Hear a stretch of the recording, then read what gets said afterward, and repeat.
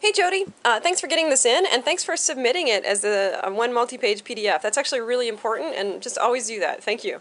So I lassoed this image first because I am having so much fun looking at it. One reason is because I think it's technically difficult to shoot straight into the sun without getting too many visual artifacts from just from the fact that the light is going directly into, like an intense light is going directly into the camera's lens. You know, usually that makes different types of glare and visual aberrations, if I can use that word there, that become really distracting. And you're pulling it off here. You're giving us this like, the last hushing whisper of winter feeling with the warming sun is on its way, and the rim light around each one of these seed pods or whatever they are is just a joy to look at. And I'm a sucker for backlit trees. And then I get the joy of this rim lighting here. Oh man, so gorgeous, Jody. Just a really nice shot. And then I also have to say that for landscapes, a lot of times I really enjoy having just a little bit of sky and having all of my attention focused on the land. And then you've got this beautiful foreground with so much texture, and like, look, this is highlighted here. And then, like right there, and oops, sorry. And then this is slightly darker, which really makes the rim lighting on these seeds pronounced. And so you have like a close foreground, a little bit further foreground, and then a nice midground over here, and then the far, like two different layers of background. I mean, it's just really nice. Anyways, I digress. Let me continue. And then so here we've got the classic middle of the winter path shot. We have these, and there's some nice light going on here. You did a good job setting yourself up nicely, shooting at a time of day when the light was very directional and slightly warm. These are much more attractive and interesting than they would be midday, right?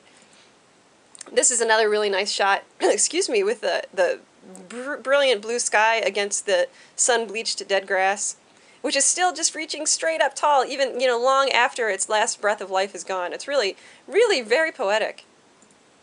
And then the water. And I can oftentimes really enjoy just the contour of land as it meets the water. And then the different, like this gradient, I'm sorry, that we get in the water. Okay, so you asked for some help with your light meter. So here's your 36 your 36 images on your contact sheet. So I'm pointing out 36 because I just want to make sure we all know about the requirements. When there's a requirement for a certain number of shots, even if you have to make a second contact sheet that only has like 4 shots on it, just do it. Just do it. It's no big deal. It's barely any memory, and it meets the requirements. I know it doesn't seem like a big deal to be missing 4 shots, but just always get all the shots. It'll be easier in the future too to fill out the shot requirements because I'm always going to ask for 2 additional snapshots that will count. One will be an equipment shot of your lighting setup, and the other one will be a shot of how you use your meter in the scene. So in the future, hey, there's 2 free shots already, right? So yeah, so next time, I know that those last 4 shots just didn't fit, but next time put them on there anyways. Put them on a second sheet, sorry. Here's what I think. I think you shot, I think this one is in, I'm just going to use these 2 as an example because they're very different. This one is in reflective mode and this one's in incident mode. That's what I think. And the reason I think that is because in reflective mode, the meter is giving you information that will yield a medium gray out of whatever piece of subject matter you're pointing it at. And this is it's looking a little bit brighter than medium gray, so there's probably something else going on there too, but I think that that's what's going on in this shot. And then the incident shot is pretty well exposed for what it is. If I'm wrong, tell me. I don't know. And that being said, so whenever I'm out in the world, out in the landscape, shooting with a handheld light meter in reflective mode, I either need to have a gray card with me, or I need to always keep in my mind a very strong sense of what the local value is of any hued subject matter that I might find. Meaning, I've got to find a medium gray in the landscape and meter that. Because my meter is going to give me exposure settings that will result in producing a medium gray. So what you have to do is kind of in your mind, pull out the color from whatever it is that you're looking at, and then decide if it's got a medium gray value in regard to lightness or darkness. Okay, and then that being said, I'm always giving these critiques, kind of assuming that you've got a Sekonic 358 because that's what we recommend, or something like it. And so the other thing that might be going on here is you might be using the Lumisphere or whatever equivalent your light meter has of the Lumisphere incorrectly. So on the Sekonic, when you're doing incident meter reading, the Lumisphere should be on, but up all the way. That's pretty important. So that might be going on here too. And then the last thing that might be happening is you might have your light meter set at a different ISO than what you have your camera set at. Those are the three big oopsies that people make with their light meter. They shoot reflective, they meter reflective without actually metering something that's medium gray, is the first one. 2, they don't set the ISO of the meter and their camera the same.